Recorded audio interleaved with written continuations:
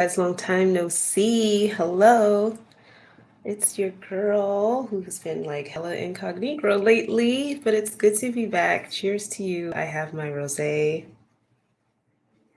I haven't had it in such a long time too, so I'm just gonna be trying not to get a little too twisted. No, I'm just kidding. I have the big glass today, but it's been height. Hi, girl. You know I was gonna be talking about you today. I'm so glad you joined.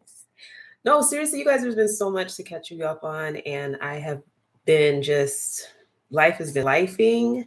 I don't know about you guys, but so much has been going on. I look back at my planner, and in the last month or so, let's see, I was in Vegas to see Usher. I took my butt all the way to Detroit to go see the Pistons dancers. I ended up in Denver to see the Denver Nuggets dancers. I just got back from a cruise with my kids, so I was in Florida, freaking Jamaica. Where else was I? Grand Cayman, Mexico. I just got back Monday night. I am so behind on like literally everything. I just kind of, you know how you just need to like unplug for a minute. Um, Life was lifing. I needed to just. I had a lot to going on, and I needed to just do it all, and that just meant I was like not keeping up with the social media very well. But I'm back. I'm behind, but I'm back. And you guys know that I catch up and eventually get it all sorted out. But I'm just so excited. And I'm going to try to take my time and not be like a million miles a second because, it's been a while. I want to ease into it, see how you guys are doing, how you're feeling. We all know. I've been busy, but good busy in a good way for sure.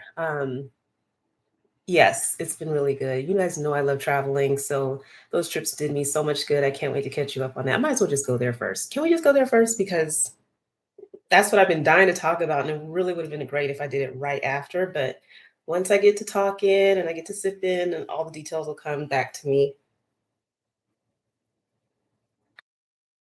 Take your time. Thank you. Okay, I will.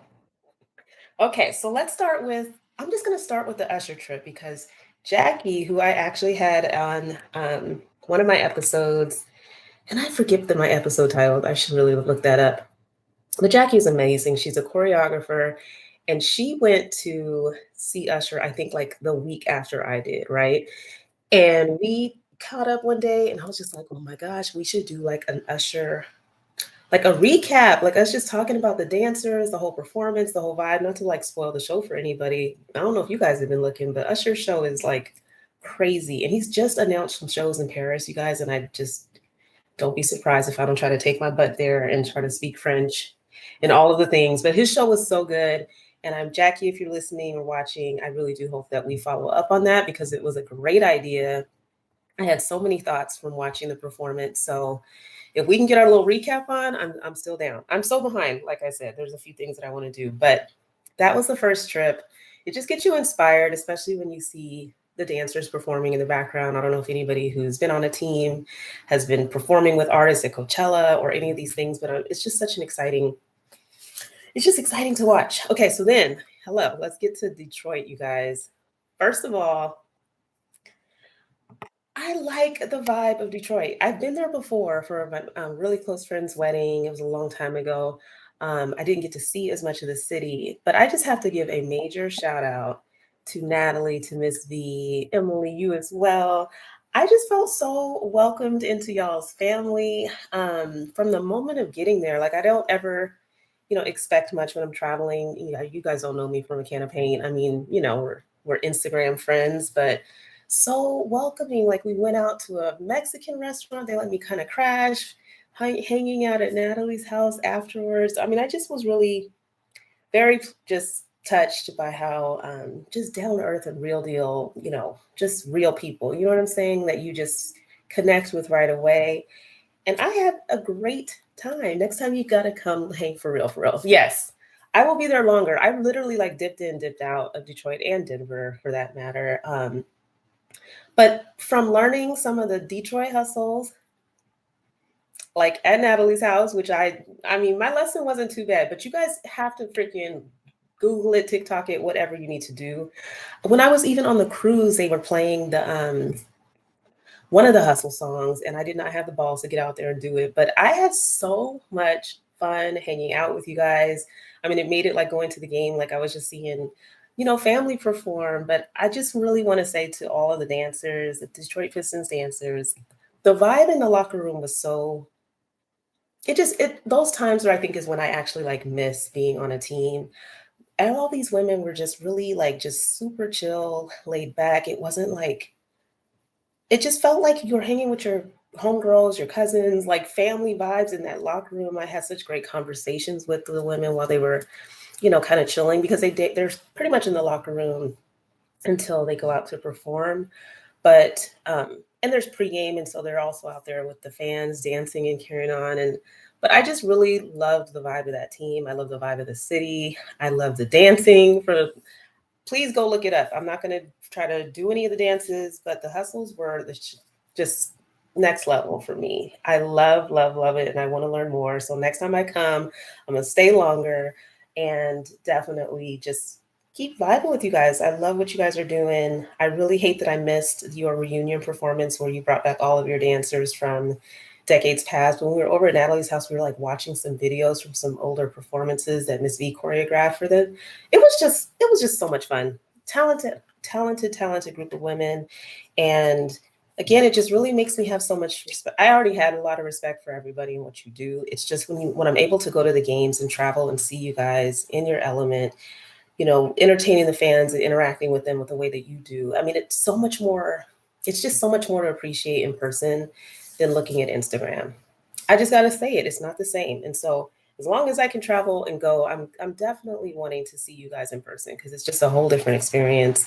They had such a cool performance. I kind of had bad luck and only got to see one performance that game. It was a themed Motown performance.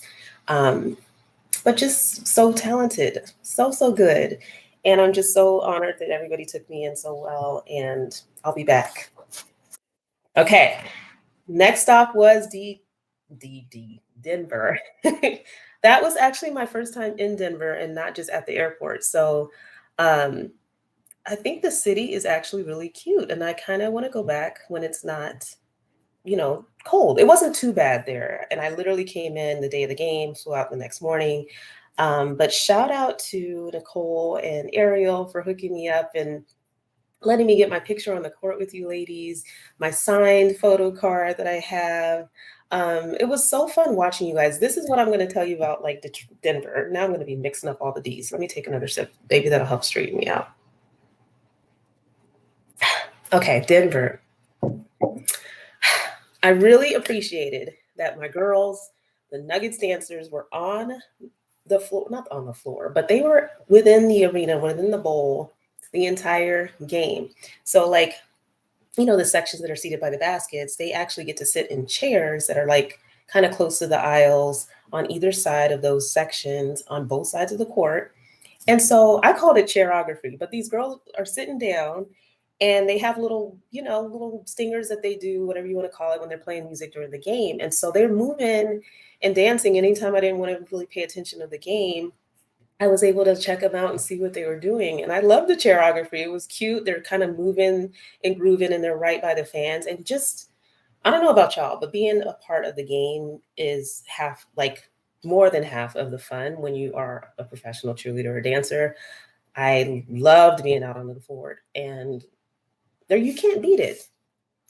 Cleveland's dancers do that also. I wish Pistons would do that too. See, yeah. Okay, so shout out. Okay, let me back up a little bit. Going back to Detroit, because if you guys can see in the chat, Emily is the seamstress for the Detroit Pistons dancers. And if you have not seen the Pistons dancers Instagram, I mean, they have a variety of cute fits that I mean, it's just, I love tailor-made stuff, and I just really want you guys to follow Naya Noir. I think that's the name of your collection as well. But shout out to you. I just wanted to say that. That she made the comment that Cleveland's dancers are also out there during the game. And I wish that all dancers could do that because I know with all the activations that they do with sponsors and ads and woo, woo, woo, you guys are kind of maybe dancing once or twice a game, but to at least be out there during the game itself is really, it just makes the whole game day experience special. And like I mentioned, even for the Detroit dancers, mingling with fans before the game, I think that's kind of maybe standard with different teams. But the Detroit, I mean, gosh, here I go. I shouldn't have saw two teams with the letter D. But Denver, I mean, the ladies were out there. They had a table to sign autographs. They were taking pictures with fans. Didn't have any security. The fan base seems really chill in Denver. Um, just kind of mingling and chilling. And it just felt like a nice, relaxed vibe. I know it's playoff season, so it might be a whole different story and vibe in the arena, but I really enjoyed that they were out there with the fans the whole time and they were working the whole game, constantly involved in like some of the fan giveaways and contests and things like that. So just a lot of visibility for the Denver Nuggets dancers, which I love. I want to see more of you guys all the time. I'm greedy. But I really appreciated that game day environment. It was really fun. Ariel is a 10-year veteran, and she was actually being the coach of the day. So again, shout out to you for making it possible for me to get on the court. Like being able to go to your pregame practices. I was there for the Detroit Pistons dancers pregame. I feel like such a groupie, but it's just a admiration for you guys and what you're doing and just knowing all the preparation that goes into it just for those 2 minutes maybe or less that you're out there on the court or the field. So um, I'm so here for it. I was just really proud watching everybody, and I want to go to more games. And I know it's playoffs, and I don't know how much more expensive tickets are, but don't be surprised if I don't show up at a game near you because there are some great teams in the playoffs. Shout out to all the dancers. They're actually showing them more on TV. I feel like there's more clips, but NBA is better than NFL, I feel like, in terms of showing people on TV. But seeing a little snippet of the routines is nice. I'm gonna catch up on social media and see what everybody's posting about it. But I just want more of you guys, and if it takes traveling to your city, um, I'll come. And thank you for the hospitality. It means a lot. Balling on a budget, so I get my little tickets and stuff and my miles and whatnot, but it's just always nice to come see you guys in person. So those were the two teams that I said I had to see this season after seeing them at the Choreography Pros Dance Convention, and I can check it off my list. There's a lot of teams that I want to see, but for now, those are my teams, and they looked amazing. Okay, so I put a little prompt in the story so y'all can tell me what you wanted to talk about since I've been incognito, and I have a list of topics, and you guys can chime in the chat as well and let me know what you guys want to talk about, what's on your mind, because I probably missed it. So if there's some breaking news that I did not hear about, let me know. But it's time to talk audition prep, audition season. I know there are a few teams that have selected their squads already. I kind of miss seeing the Indianapolis Colts showcase that they do. So I'm going to play catch up and maybe it'll be a little belated shout outs and whatnot. But congratulations to everybody who's made a team so far. Who else? I feel like it's Kansas City Chiefs as well. There's some others. The Rams I just saw announce their team. But some of the topics that people wanted to discuss were maintaining your confidence throughout the auditions process, making friendships during the auditions, which, we'll talk about it, coping with not making the team. And this is the zinger that I probably will lead with. It's just, now that we're kind of out of the pandemic, we are, but it's still a thing, but we're out of the pandemic and a lot of the teams have kept the virtual auditions process, right? And someone raised the question of like, is it really, it's paused. Sorry, pause due to poor connection, but whatever. But is it really fair to the local dancers to actually be boxed out a little bit because they're opening the net so wide through the virtual auditions process? Because there's something to be said for homegrown, you know what I mean? This is your hometown, or you've always been a fan of the team. This is where you grew up. This is the area that you love. If you have been involved in community service, this is a community that you're a part of. And virtual auditions are great, but you probably have people who are just kind of like, let me try this team, let me try that team. And maybe they pull it off in the interview process to kind of sell, like, no, I really want to be a fill in the blank, cheerleader or whatever. But it does create a situation where people probably are not getting, I don't want to say the credit they deserve for being local, but just there's something to be said for people who have that passion for your team. And yes, you can study the team and sound like an expert on, all the facts about a team. But if you're not really like a true fan of the team, it's not that it's like not fair and you shouldn't make it, but like kind of. Okay, I'm gonna drink on that note. Maybe that's not nice, but I thought it was a good point to make, right? Because it's just something to think about. Like, I think that people who actually are passionate about a particular area should get a little bit of a bump up over somebody that may or not really having, ties. And yes, you can grow those ties to the community from living there or moving there. And so I'm not knocking people relocating, but those early rounds of the process where you might kind of make it and advance to a round over somebody who it should be based on talent. I'm sure that's what it's truly based on. But it's just kind of like when it really comes down to it, if you're not ready to drop it all and relocate, like don't clog up the process. You know what I mean? I hope that everybody who advances to that point, maybe for final auditions, actually truly is serious about moving, has the ability to do so with their job, like, because otherwise that might not really be that fair. So I think, it's a valid concern for people who are, local and want to stay local. And now they're kind of competing against people that are not from the area and don't really have ties to the area. How long are we gonna do the virtual thing? You know what I mean? Like, can we just get back to in person for the whole thing? How are you guys feeling about that? It seems like there's some benefits to it, maybe from the coach's perspective, to having it virtual. But I'm really, really curious as it gets down to like the further rounds, if this whole like, well, we'll entertain people from anywhere becomes a little bit of an issue. Cause like how much like can you really trust that this person is committed to your community, you know? And, when it comes to like your prep classes and things like that, you know, if you're doing some of that in person, it's just, I don't know, it just seems like the continuity of like really pooling talent from your area should mean something. What do you guys think? You let me know. Well, let's talk about confidence. Tara said I can share, so I'm going to share. Tara from Dallas, where you guys responded to the story about confidence. And she just shared that a lot of people probably don't know that she didn't actually make the Dallas Cowboys cheerleaders. In case you don't know her bio, she um, used to be a cheerleader for 5 seasons for the Dallas Cowboys. I did not know that she is in the DCC Ring of Honor, but shout out to Tara. You're the dopest person, I swear. But Veteran of the Year, did 7 USO tours, but she didn't make it the first time around. And she said that she kind of just got this like, I will not be denied, like really kind of like that boost of confidence that you have to just like shoot yourself with almost, because nobody can really hype you up more than you have to be able to hype yourself up.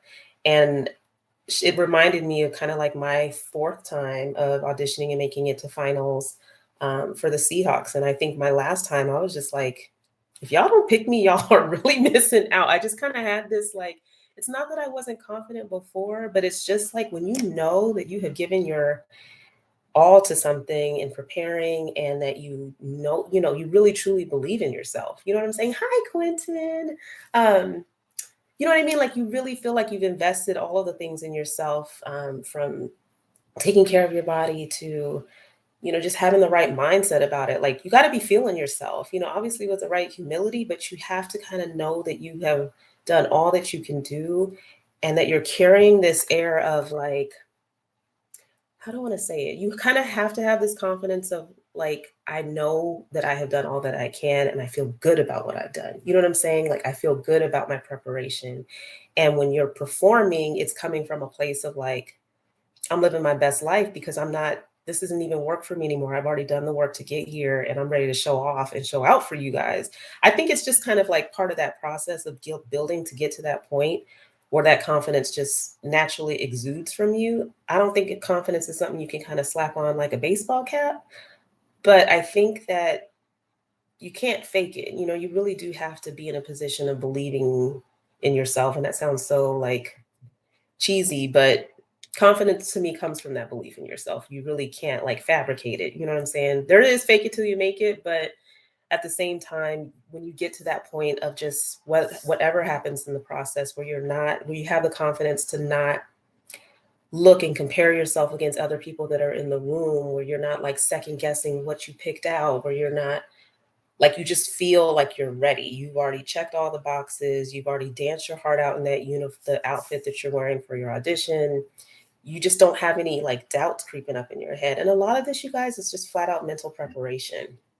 Just as much as it is physical, it's like you're having the self-talk with yourself as you're preparing this whole entire time, like knowing what you need to work on. You know what I'm saying? Like staying on yourself to really nail things and to kind of like work on those weaknesses, if you will, like the confidence in who you are as a person, so that when you're talking about it, who you are in your interviews, when you're engaging with people, it's coming from a sincere place. And I will say this, okay, now I'm preaching, but somebody say amen.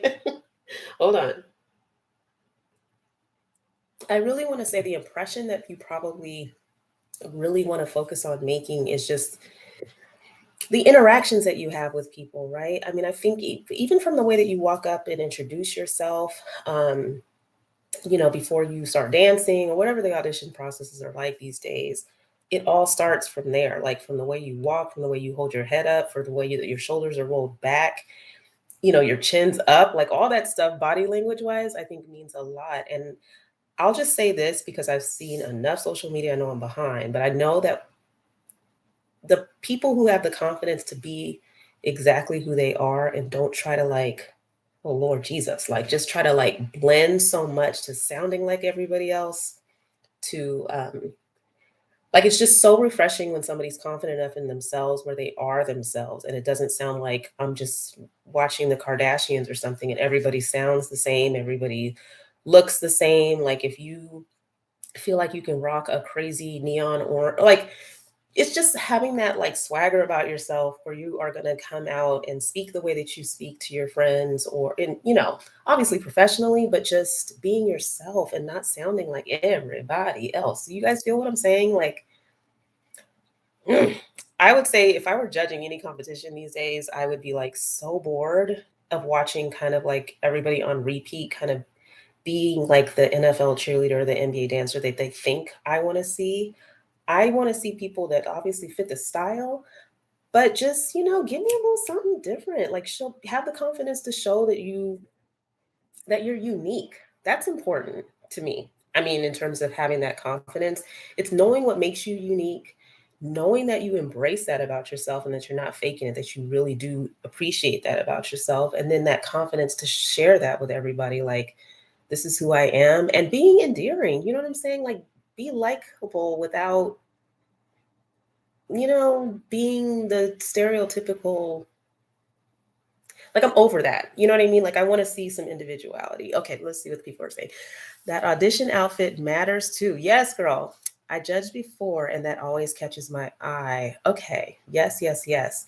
So, I mean, for me, I feel the same way. Like, I have to feel so good about what I'm wearing. Like, my hair's got to be right, the face has got to be right, but that outfit, especially how you dance in it, what it accentuates in terms of your features, the colors, you guys. You know what I'm saying? Like, I get that it's like bling, bling, bling, bling, bling, but sometimes it's just, I don't know, the style of it, the unique bold color of it, how you play up, like all of those things I think help you stand out. And so if you look really good in yellow or maybe some other colors that are a little bit more unique than like hot pink and, what them everybody wears, but just, find ways to make yourself stand out. I think a really cute ass outfit is something that will probably catch the judge's eye. So um, I just recommend you when you think of how like times where you have felt like your best self,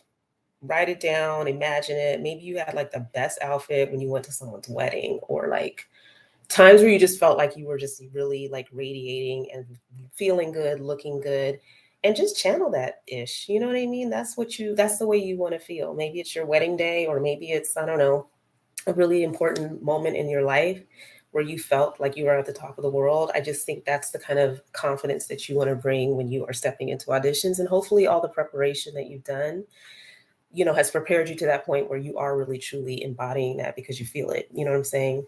Um, in terms of coping when you're not making the team, I mean, so I've done episode on episode about this topic. It's definitely not my favorite. I mean, I love audition season, but let's be real, the numbers are challenging. And there may be times where you're not going to make the team or make the cut for a particular round. And there's no, you can't sugarcoat that it just effing sucks, But I just think timing is everything. And that was one of the things in Tara's message as well. It's like just trying to lean into and trust, you know, the universe, God's timing, however you kind of view from a spiritual perspective. I just think that sometimes there's reasons that you cannot actually, you won't know until you kind of get a chance to look back on it, why that was probably the right, like why that timing wasn't right for you, despite how bad you wanted it, or why that team may not have been right for you. Other opportunities that came your way after that opportunity didn't work out, that if you had made the team that you wouldn't have been able to do. These are like things that you can't really think about when you're processing not making it, but I feel like it always makes sense. And as long as you don't lose sight of your goal and why you want that goal and like why it matters so much to you, um, that will fuel you to keep coming back to these auditions about two, three, four times, whatever it takes to make the team. And I think as you're evaluating, like if you didn't make the team and you really are thinking of what you've done to prepare and really the kind of fit that there is for you on that team, um, sometimes you can start picking that apart. And if maybe it's not the team that you should be auditioning for, or maybe it's a different team that you've never even thought about. Maybe it's a sport that you weren't thinking that you could, make the team for. Maybe you were always doing NFL, but actually you should be on an NBA court and you didn't really give yourself the credit of thinking that maybe you should try for that. And there's all these other goddamn leagues too between, the XFLs out there, USFL. I mean, there are other options. And so keeping your mindset open about just kind of doing a self-assessment is what I call it, right? Of like, okay, let me think objectively, looking back at some of my like videos, preparing for auditions and, just seeing what you can do, what you really need to work on and bring your stronger game for next season. But just also thinking about like life does not end and there might be other opportunities out there for you. So not making the team just means not right now. It might mean maybe it's not this team. It might be a test of your will and how bad you want it. You know what I'm saying? Sometimes you don't get what you want when you want to, despite whether you think you deserve it or not. And it does really test why you want to do this, why it matters, and if that really truly is something that's unshakable for you, like how it felt for me, like I knew I was going to make that team. It was just like, how long is it going to take? But, I felt that in my gut that was an experience that was meant for me to have and to be able to cheer 5 years and, in the NFL just based on that belief in myself and not wanting to give up because somebody said no. But you have to like know, like I'm good enough to do it. I know I can do it. So that's what brings you back and you just don't give up. It's just that simple. Don't give up. I think you just have to regroup a little bit, have a little pity party, but reassess, be honest in your critique of yourself and come back hard. Like you are not going to deny me. I love that what Tara said. Like, no, coming back so strong that they cannot say no to you. That's the ticket. Um, what else did somebody say? Making friendships. Okay, this is something that, I always keep it real with you guys. Hold on. Auditions are stressful, okay? And as much as you love seeing all the people hugging each other when they make the team and like all these beautiful friendships blossoming, sometimes it's not that realistic because people get in like the zone, right? Like when you're going through auditions, it's hard when you're a vet and you're in the auditions process because I do think you're kind of expected to be inviting and welcoming to everybody and you have to kind of like be on and there's a little bit of a different expectation, but I know for a lot of people you're just kind of like so focused on concentrating and, remembering the choreography. Like there's so many things that you're focused on that you're not really checking for anybody or trying to make friends. And then there's people who just are like, you guys, okay, tell me if I'm wrong. I remember with Seahawks, sometimes there were people who just, I think maybe they did it for the cameras, but they were just trying to be so BFF with everybody, like huggy wuggy and just like all up in each other's face. And it's just like, when did we become that deep? But it's all good. I mean, if it's natural and it's actually authentic. But I think just go with what feels natural. Don't go out of your way trying to like BFF it with everybody during auditions. You do need to focus on yourself and you do need to have that, I needed it. I mean, within reason, but I don't think you have to kind of like make that a mission. I do think it makes it special. Like my best friend Brittany to this day we actually the years that we auditioned, we both weren't making it the same years and then we made it together. But our friendship kind of developed later on as rookies. But I do think the friendships that you do make or the connections that you make during auditions ends up feeding into when you make the team together. So like you be open to those connections, but know that, take it with a grain of salt because some of it's for the cameras. Let's just be real. Some of it's for the cameras, some of it's really authentic. I think, you should look at everybody who's in the auditions process as they may be your teammate one day. So you're treating people with respect, you're being friendly, you're not being so standoffish and like narrowly focused that you're not connecting with people. I think you'll lose out on some of the experience in that way if you're just so head down. Um, so balance it out, but take it with a grain of salt. Know that like what I was trying to say about like kind of the fakey wakey looking friendships during auditions is that I think sometimes that can be a little distracting for people. Like people start to doubt or question themselves because maybe they haven't BFF'd it with anybody, or they kind of start because those people who are really showy or showboaty in that way, I think they draw a lot of attention to themselves, and that when they're like kiki and let's take selfies and be all up in each other's face. I think I've seen it in that way where people seem to be intimidated by that and they feel like they're missing out on something because they don't have somebody that they're like kiki in the corner with. But just don't let it be a distraction. I think it's a great thing if you naturally and organically connect with somebody, you're dancing next to somebody. They could be your teammate. So be open to it, but just don't focus on it so much where you start to like feel any sort of doubt about yourself. Does that make sense? Jasmine. Okay, so did I touch on everything that people wanted to talk about? Okay, somebody also mentioned compensation for all levels of leagues, whether you're like in the XFL, the G League, minor, whatever we consider to be minor. Um, and I just think that this brings up like with the compensation survey that I did a while back. I asked for people to share if they wanted to anonymously just kind of like what their team is, what league or whatever, and what they're paid for games and practices, and kind of just seeing what the differences are between NBA and NFL.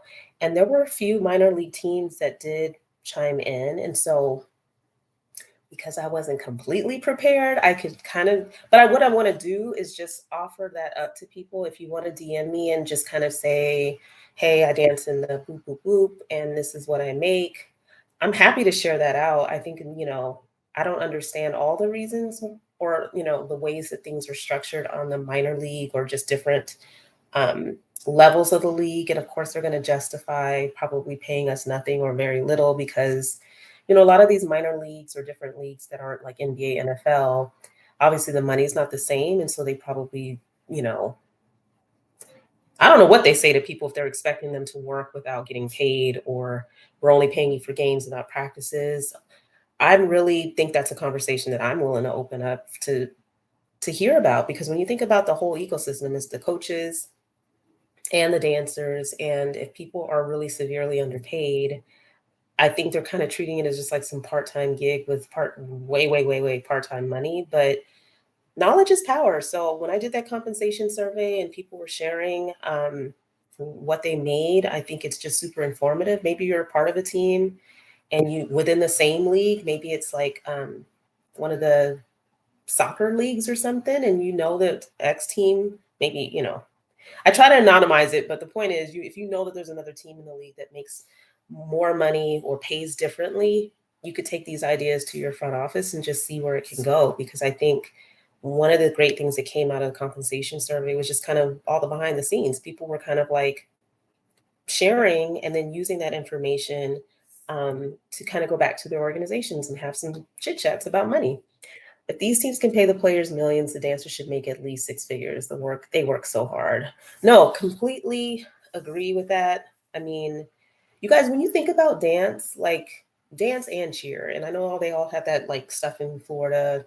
Um, there's a lot of money to be made off dance, and trust that people are making it. Varsity, UDA, UCA, NCA, NDA, all those little freaking organizations, they're making money off of dance and this blood, sweat, and tears that you guys put into this. And when you think about all the dance TV shows, and everybody loves dance, everybody's talking about dance, everybody's connected to dance in some way. So there's just a lot of value in what you're doing. And hopefully we will move to a space where we could start to like really monetize and make the case for the money to come to the dancers because it's just not making sense. The math ain't mathing. And I think this whole in the sports business as a whole, I think even for like front office jobs, they have this mentality that like you should be lucky to work here because lots of people want a job in sports. And so I don't even think the front office people, except the higher execs, make good money. You know what I'm saying?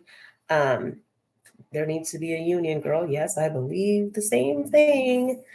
Um, the union conversation is one that I've tried to have as part of the podcast for a very long time. Um, I wish the community was ready for that and to move in that direction. If you pay attention to the broader world and the conversations that have been happening around labor, I mean, unions are effective. And you saw what has going on with Starbucks. You saw what's going on with Amazon workers. Like, even the writers, like I'm just seeing articles about like in Hollywood and in the arts and whatnot, like the writers are having a strike because they're not making money that they should make. So anyway, unions are a way to address those types of issues. And but I think it's important because you have, like I said, the major leagues, but you also have all of these other developing leagues that may not have that kind of money, but it's still worthy of having a conversation. Like, is the pay making sure that they're not repeating mistakes that happened in the majors, right? Where they were getting sued because they weren't paying people for all the time worked. So at the bare minimum, in terms of structure for all those other minor leagues, they should be paying you for the time that you're practicing, and they should be paying you for all the time that's spent doing anything for the team. So to the extent they're not doing that and you want to DM me or find out some other information, happy to be of assistance. But knowledge is power. So share away if you'd like to reach out and let me know, what league you're a part of, how your compensation is structured. I can share the information that I had collected from the compensation survey, and hopefully that'll be helpful to have some conversations with your organization. So that's that. What else did you guys want to talk about? Okay, somebody posted, hold on, revisit the talk about coaches being mean girls. And I was just like, man, really? Is this still happening? I hope it's not still happening, but somebody brought it up, so let's talk about it. Or you can go back and listen to the episode because I went smooth off about it. The whole mean girls conversation, it's not just limited to dancers that are on a team. I'd like to think in the pro cheer and dance space that we're beyond that, that we are mature, that we are just not feeling like we need to boost ourselves up by pulling anybody down. But life is not perfect and roses and peaches and cream.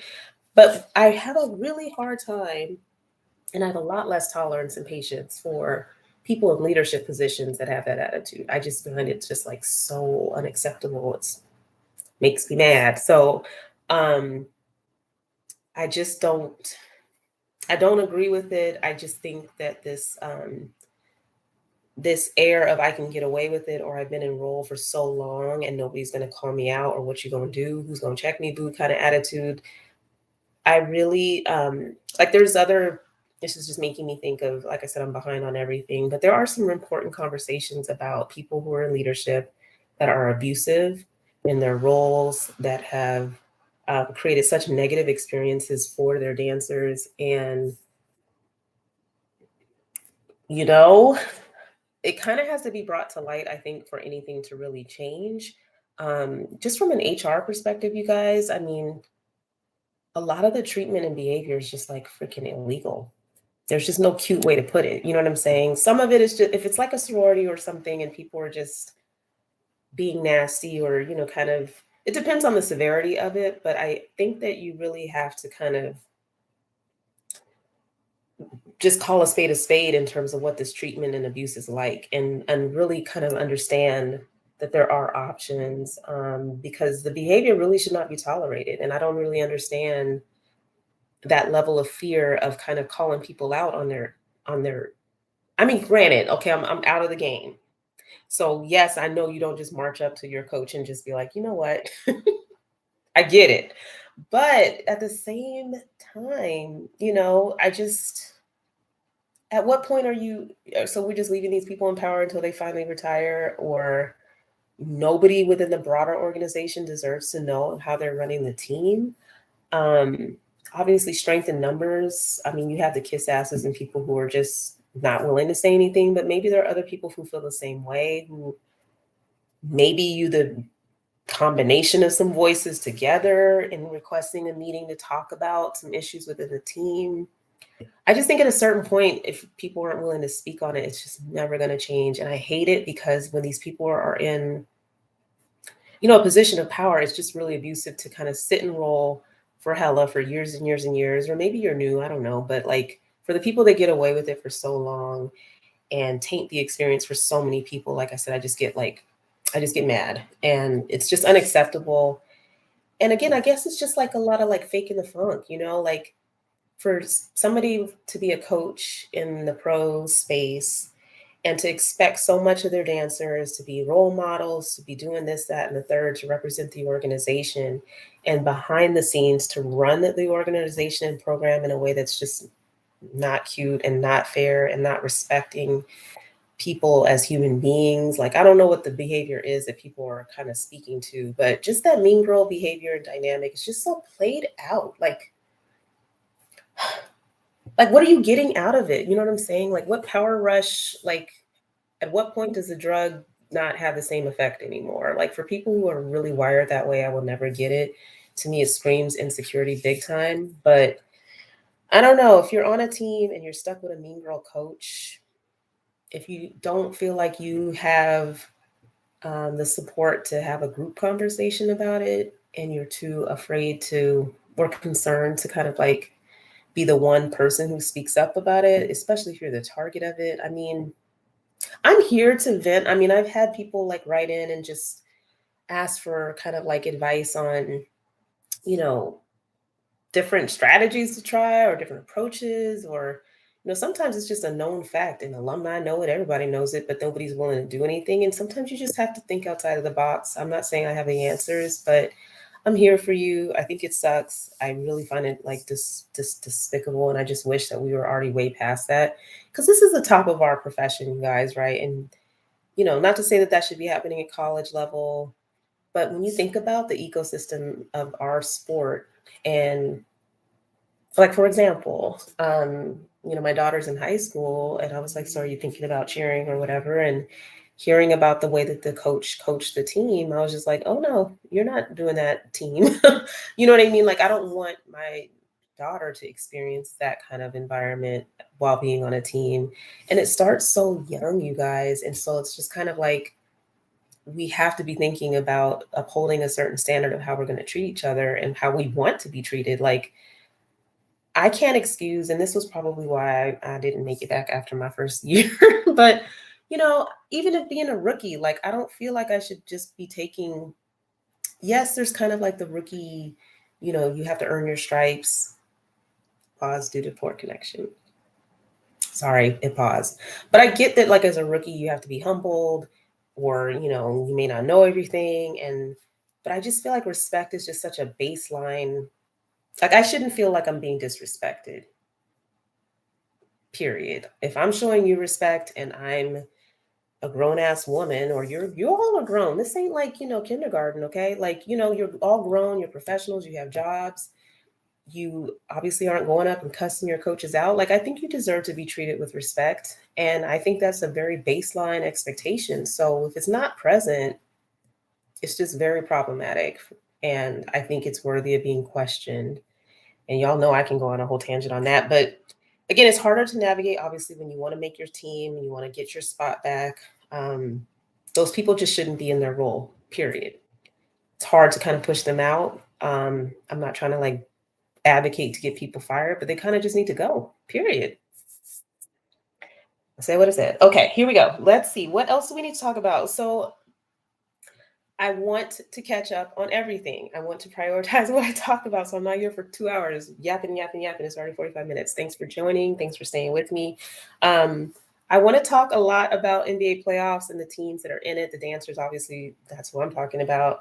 I want to do a look back on the NBA season because, as you guys know, we've had some changes on the NBA front. I want to hear some thoughts and reactions. I'll share mine on, the changes to the New York City Knicks dancers, and I've seen them all season long. Like, I kind of want to almost have like an NBA season recap of like impressions of the teams that stood out for me. Um, Kind of that kind of a little cheer chat next week, if that sounds okay with y'all. You guys are all following these teams, so I don't really need to do like a excuse me, an auditions recap. Excuse me. But I am gonna follow it, catch up. Like I said, I'm hoping that I can speak with Ray. Ray was reached out. I don't know if you guys watched this TV show. I'm gonna catch up on that too. But we also are supposed to have our own little cheer chat together. So there's more stuff coming. Please write in about any ideas of things that you want me to discuss. Jackie, we need to do our Usher recap, period. Um, and what else do we need to do? Okay, if you guys have ideas of games that I can go to, um, I want to start mapping out my summer and my early fall. And so um, let me know so I can come see you. I really hate that I missed the Dallas Sidekicks Dancers season, I think, unless they're in the playoffs. There's teams that I just really want to see. So I'm up for ideas. Please let me know topics for next week. I promise to be around a lot more frequently. Sorry for this, the super hiatus, but Summer League. Yeah, see, I want to come to some stuff. So let me know so I don't miss out because obviously with the algorithm and being hella behind, I'm probably not going to know, but I will definitely plan for it. Like if I know about it, I can get down there. I know I want to come to Detroit when it's a little warmer. So I'll be back. I will definitely be back. And I'm just excited to see you guys in person. There's dance conventions this summer, which I think is great audition prep for people who maybe didn't make a team but want to continue to train. Keep that in mind. Hopefully, we'll be going back. So anyway, I'm gonna let y'all go. I'm gonna finish my little rosé. I don't think I'm forgetting anything. Anything else for the good of the order? And until then, I'll just see y'all next week. Good luck in all the auditions, you guys. Believe in yourself. It really does start there. And what's meant to be yours will be yours. Nobody can take that away from you. And timing is everything. So just be patient and just don't give up. All right, that's my speech. I look forward to next week chatting with you guys, and hit me up in the DM, seriously, if there's something else on your mind. Thanks for listening in YouTube land. Thanks for joining, and I'll talk to you guys next week.